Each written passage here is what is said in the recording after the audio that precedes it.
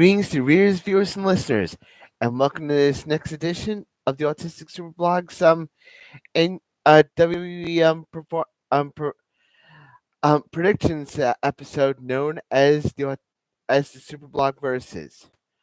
Just want to let you guys know this is kind of the reason why I'm not exactly a fan of doing streamings. I tried something like this before, so I just wanted to kind of like give you an idea as to I mean, what I've been dealing with. I mean, this is my first time doing a streaming situation. I tried to do it before this, but obviously with everything going on, just kind of made things a little bit harder on myself. So I ask you all, dear readers and viewers, to please bear with me.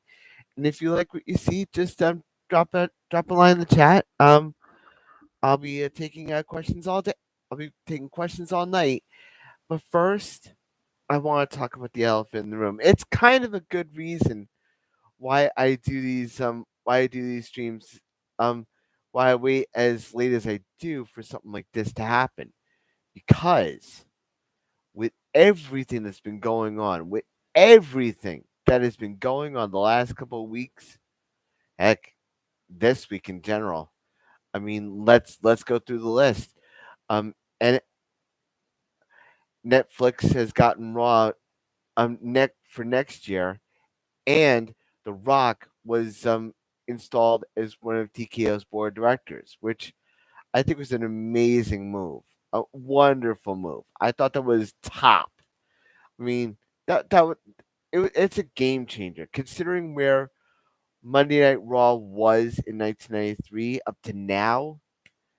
This can only get better for WWE at this particular point. Which what will not get better is the allegations that Vince McMahon had had levied against him in a lawsuit. Um, Suffice to say, it is something of it's very disgusting about what happened to Vince McMahon.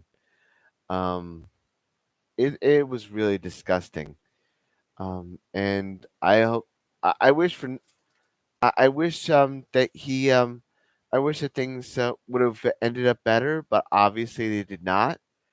So my heart and my prayers go to those who are affected by this tragedy, and I can't see. I mean, I'm kind of conflicted when it comes to Vince McMahon. I don't want him to rot in hell, by any stretch of the imagination, but I can't exactly say that this was anything other than positive under the circumstances of why this happened when it happened.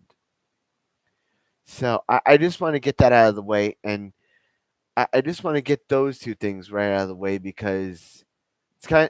I mean, the fact that Vince McMahon has resigned from WWE and TKO effective earlier tonight. As a matter of fact, it's kind of the good reasons why I do these streams after SmackDown. I want to be able to make sure I get all the things in.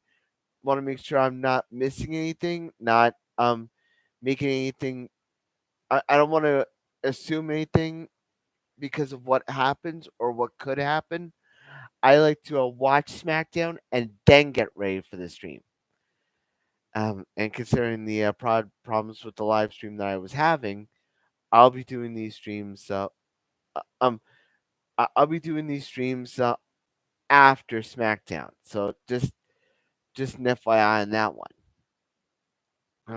Yeah, it's just, and I wanted to say this is one of my favorite.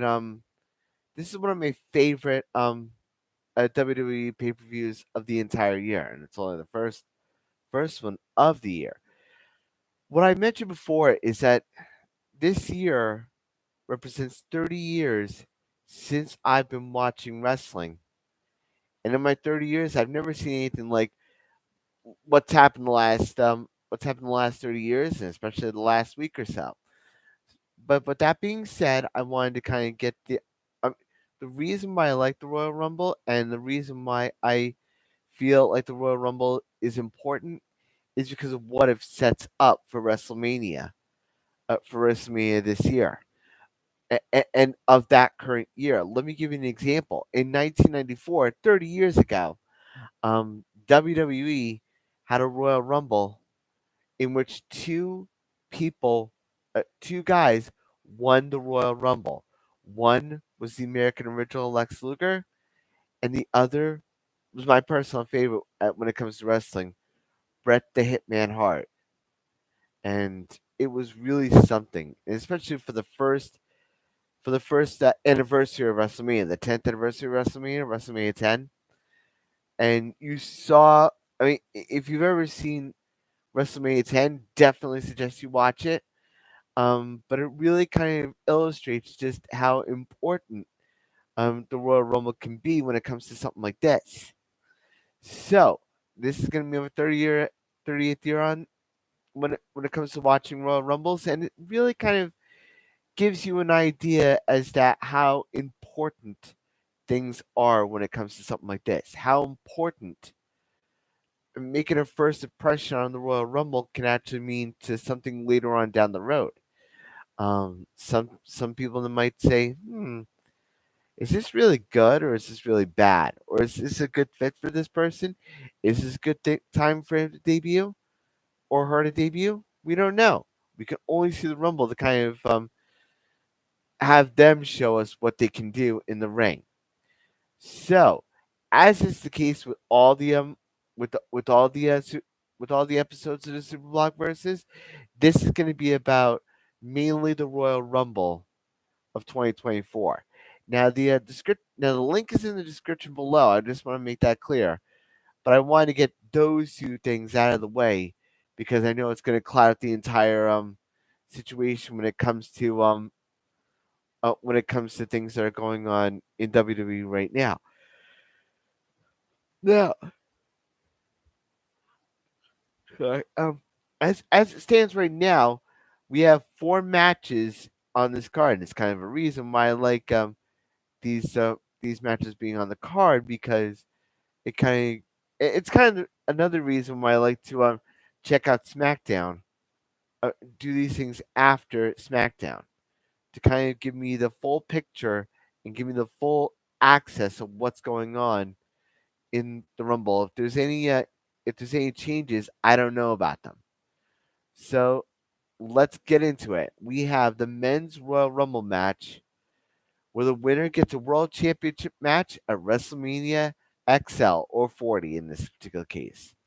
We have Cody Rhodes, the returning CM Punk, Shinsuke Nakamura, Bobby Lashley, Drew McIntyre, Gunther, Chad Gable, Otis, Akira Tozawa, Kofi Kingston, Damian Priest, Santos Escobar, R Truth, Carlito, Grayson Waller, Austin Theory, and Jimmy Uso as of right now. Those are 17 out of the people that are in the Royal Rumble right now. That could change, and if it has changed, I do not know this. So just giving an idea. Looking at the people right now, I definitely could see Cody Rhodes winning the Royal Rumble again so that he could finish the story that was sabotaged last year, not just by the bloodline, but also behind the scenes when it comes to. I feel like it's Vince McMahon that had a say in all of this. But for me, I feel like this is Cody Rhodes' Rumble to win, and he's going to prove it by eliminating everyone in the Royal Rumble at that point. In the in the women's Royal Rumble match, we only have 6 out of the 30 entrants right now. We have Bayley, Nia Jax, Becky Lynch, Bianca Belair, Maxine Dupree, and Ivy Nile. I'm going to be honest with you.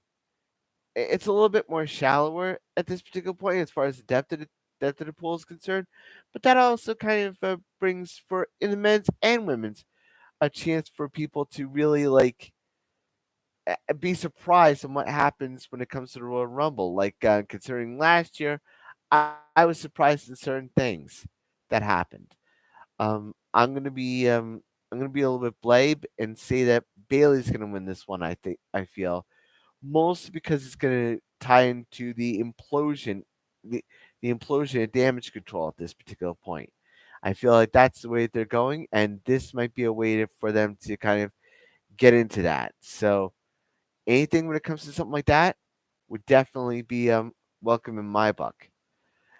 Then we have Roman Reigns versus Randy Orton versus AJ Styles versus LA Knight. Nothing against Randy Orton, AJ Styles, and LA Knight. All three of them deserve a shot to win this thing. But I feel like it's Roman Reigns who's going to win this one because of the no disqualification situation when it comes to the Fatal 4-Way match. But on the same level, I could also see where that could be an inherent disadvantage because the champion doesn't have to be pinned to lose the championship. But with that being said, I feel like Roman Reigns is going to win this one. I just have a strong feeling it's going to be Cody and Roman again at WrestleMania 40, where Cody's gonna finish the story. And then we have Logan Paul defending the United States Championship against Kevin Owens. Right at this particular point, I want Kevin Owens to win. It gives him a shot. It gives him something to work towards, and it also kind of brings something. It also kind of gives us a fighting champion on SmackDown, which is something that they need right now, in absentia of Roman Reigns not being as visible as champion as he should be. It's kind of like the Seth Rollins when it comes to Monday Night Raw. Some have considered it consolid uh, a consolation belt. I feel the same way, but it's like you need to be visible when it comes to being champion, in my opinion. You really need to show people what you're all about when it comes to being champion. So I'm gonna say that Kevin Owens is gonna win that one. So as of right now, as of 10:32 on January 26, 2024, if there are any other changes to anything like this, I know nothing about them. So please if you like these videos, check me out here on the Autistic Super Channel on YouTube. You can check me out on Instagram, Twitter or X or Facebook. And you can check out all my videos on the Autistic SuperBlog, WordPress.com. Stay safe, stay strong. God bless you all, and as always, shine on.